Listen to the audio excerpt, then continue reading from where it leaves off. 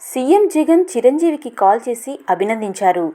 పద్మవిభూషణ్ అవార్డులకు ఎంపికైన తెలుగు తేజాలు మాజీ ఉపరాష్ట్రపతి ఎం వెంకయ్యనాయుడు, మెగాస్టార్ కొణిదెల చిరంజీవికి AP CM YS Jaganmohan Reddy అభినందనలు తెలిపారు.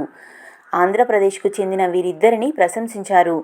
అదేవిధంగా పద్మశ్రీ అవార్డుకు ఎంపికైన ఏపీకి చెందిన డి ఉమామహేశ్వరిని కూడా సీఎం జగన్ అభినందించారు.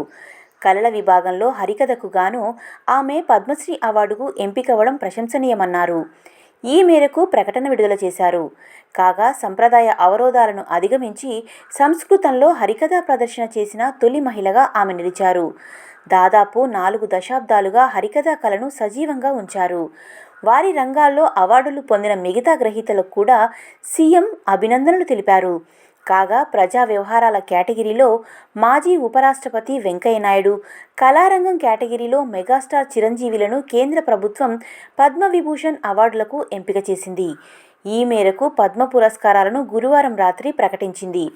పద్మవిభూషణ్ అవార్డు గ్రహీతల జాబితా ఇదే: వైజయంతి బాలి కళలు తమిళనాడు, కొణిదెల చిరంజీవి కళలు ఆంధ్రప్రదేశ్, ఎం వెంకయ్యనాయుడు ప్రజా సంబంధాలు ఆంధ్రప్రదేశ్, బిందేశ్వర్ పాఠక్ సామాజిక సేవ మరణానంతరం బీహార్, పద్మా సుబ్రహ్మణ్యం కళలు తమిళనాడు. చిరంజీవికి పద్మవిభూషణ్ రావడంపై మీ అభిప్రాయాన్ని కామెంట్ చేయండి.